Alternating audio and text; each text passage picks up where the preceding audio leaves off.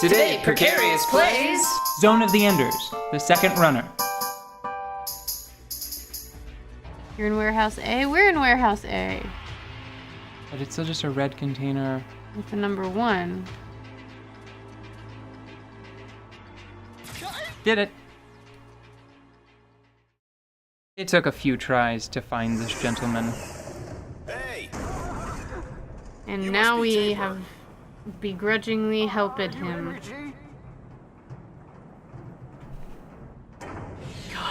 He's an okay guy. I don't think he's as memorable as, say, like, Autocon. But he's that same kind of, like, doofus that you have to help.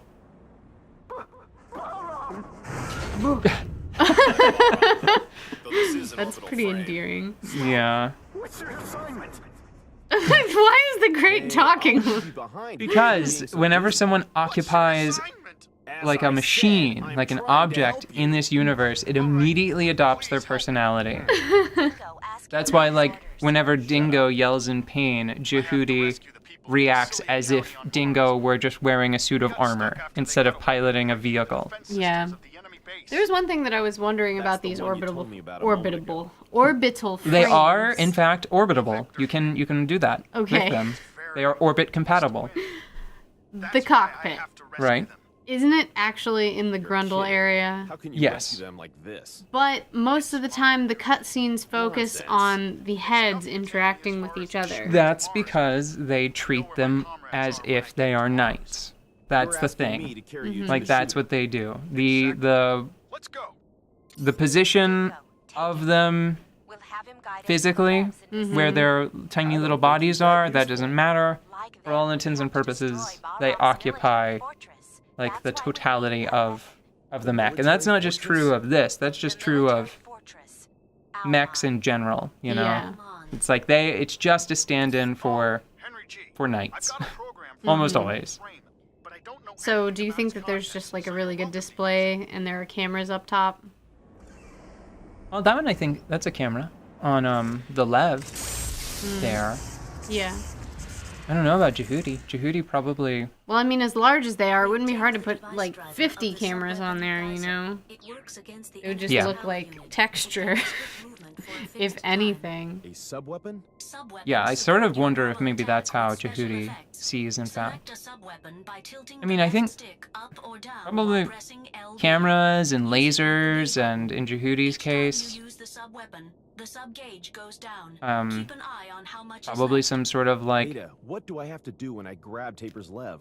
Press LB for a short while so the grab appears in the Metatron sub-weapon window. Then press the B button in front of the target. wave emission. Press the B button again. Like it shoots out particles and then measures how long it takes them to come back. Like a bat, but with Check your current position super on the map. duper particles Check instead the of map just and noise. current mission status. So Press this the is start button and open the a very peculiar thing to do design-wise, right? And I want to take a moment to talk about how this game does this pretty often. They just gave me my first sub-weapon, right? Yes. So your inclination is, oh, I'm going to check out my sub-weapon. You can't, effectively, Oh. because they also have introduced this gentleman as an escort, and you have to grab. So you can't use geyser when you have something grabbed. Not effectively, not very well, no.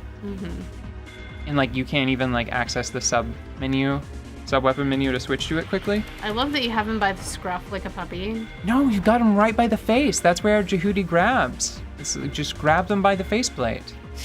So I'm gonna drop him here and then switch to geyser straight away, and I've got to be super aggressive because of having an escort. Yeah. Because otherwise they will hurt your Three, friend. 4.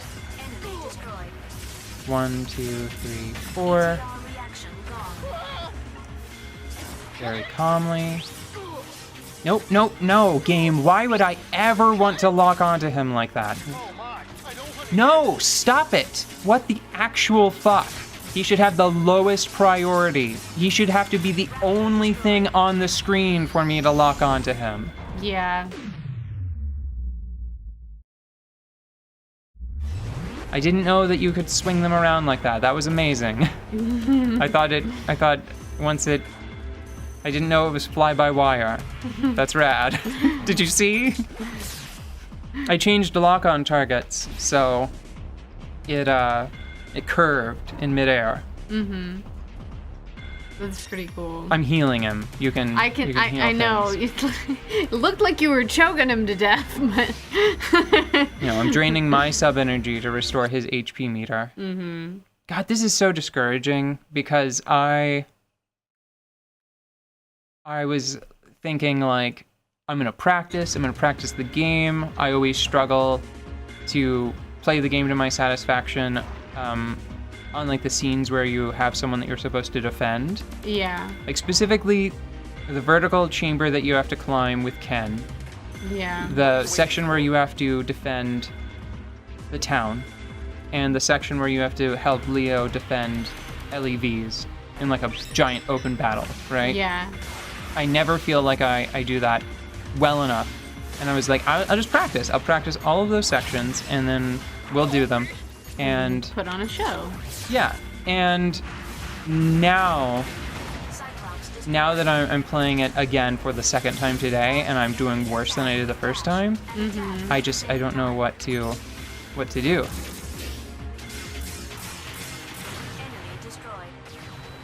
Wait, where is your friend? Oh, he unhelpfully jumped or fell down?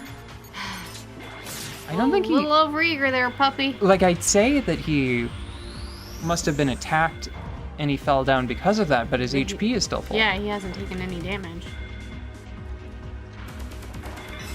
Oh. Buzzing.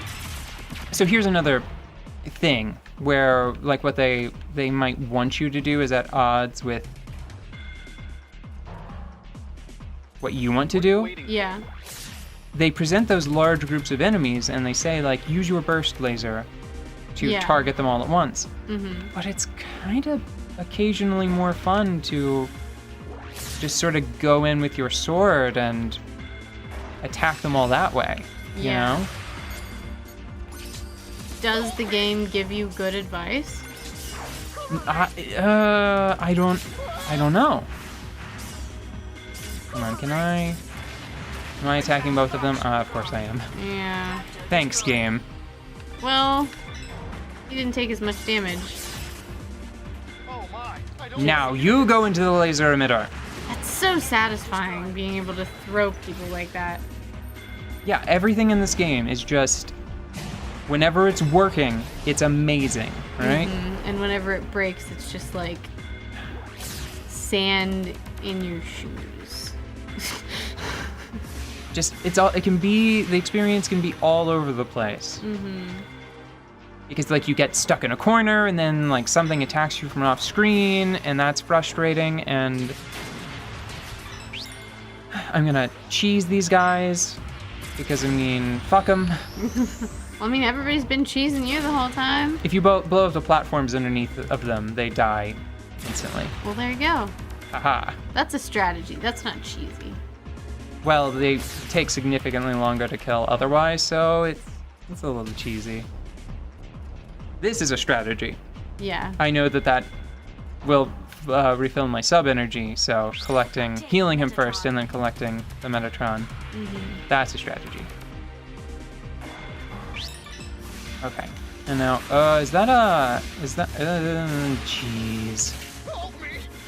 Okay, I need to not worry about them for right now. And I just need to only attack them with Geyser if they get close enough to me to bother attacking with Geyser. Mm-hmm.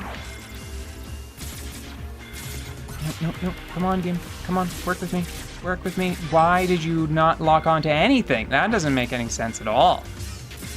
Yeah. That was not what I needed. That was not helpful to me. That was very strange. Because I need to defeat this seller before I try to beat them, and it doesn't seem like they've noticed the guy yet. Mm-hmm. Which is great. 2, 3, 4. So I'm not entirely certain how necessary the pressure controls are. Mm-hmm.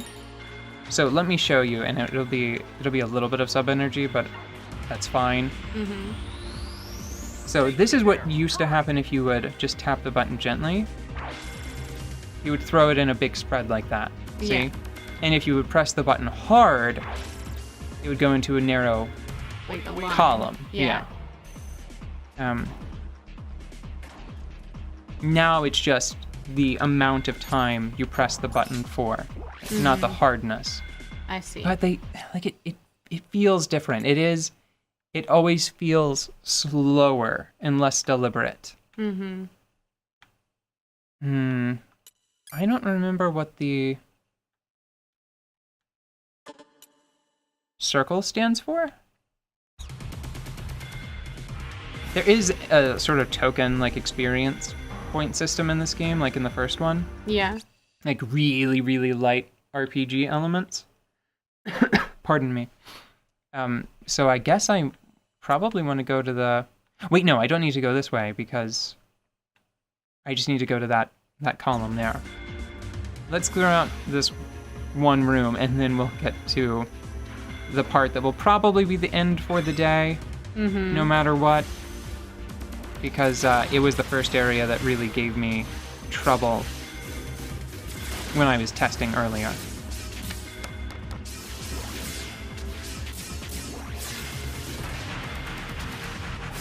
Cyclops destroyed.